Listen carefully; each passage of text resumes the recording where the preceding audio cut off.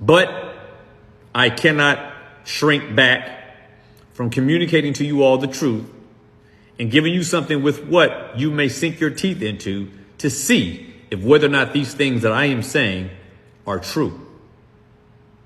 And they are. I don't make it a practice to come on here to tell you lies. Now, maybe occasionally I'll make a mistake. That's possible, very possible. It's happened in the past. It'll certainly happen again. But this is one of those errors that I took great pains to make sure to get right over my 40 years as a Christian. One of the elements, the sixth element that is to be fulfilled in Daniel's 70-week prophecy that overthrows his notion of a 7-year tribulation period to come in the future is sealing up the vision and prophecy.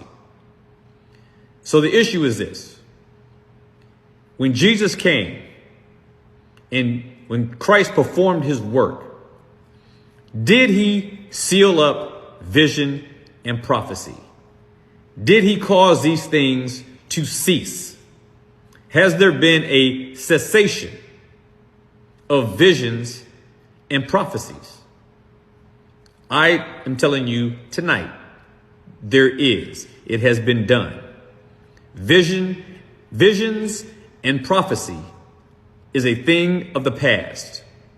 It ended with Christ's ministry, and it ended finally when his last apostle died. So you will see that after the revelation by John, there is no more visions, and there's no more prophecies. So for those of you who believe that you or someone you know is seeing visions from God or receiving prophecies from God, I'm telling you right now, no, you're not. And no, they are not. So the charismatics and the Pentecostals and all those people who claim to have supernatural abilities given to them by God, they do not. They absolutely do not. And I'm going to explain why. It's not hard. It's not because they were not good things to have. It's because God gave us something better in each of these aspects. You see, when we talk about vision and prophecy, vision has a lot to do with what we see. Prophecy has a lot to do with what we hear. Sight and ears, hearing. Now,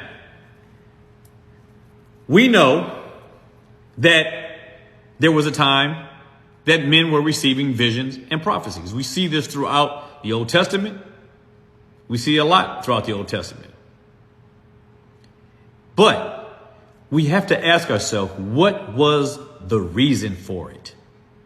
And the reason for it is because we were not given all that was needed for us to know at that time. Nor could we, because the work of our Lord Jesus Christ hadn't begun yet. The work of the apostles had not begun yet. In fact, the work of all the prophets had not been done yet until the last prophet had not begun yet. In fact, the work of all the prophets had not been done yet until the last prophet lived and died. Which takes me to my next point about visions and prophecy. So I'm going to turn you to Matthew 11. Matthew 11.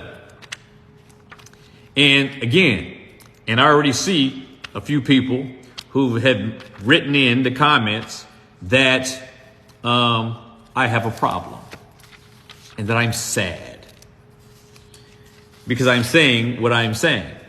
But this is the reason why I saved this one for last, because I know a lot of people are going to not like hearing that all of their so-called visions and all of their so-called prophetic utterances They are just a result of probably having too many sweets before they lay down to go to sleep. No one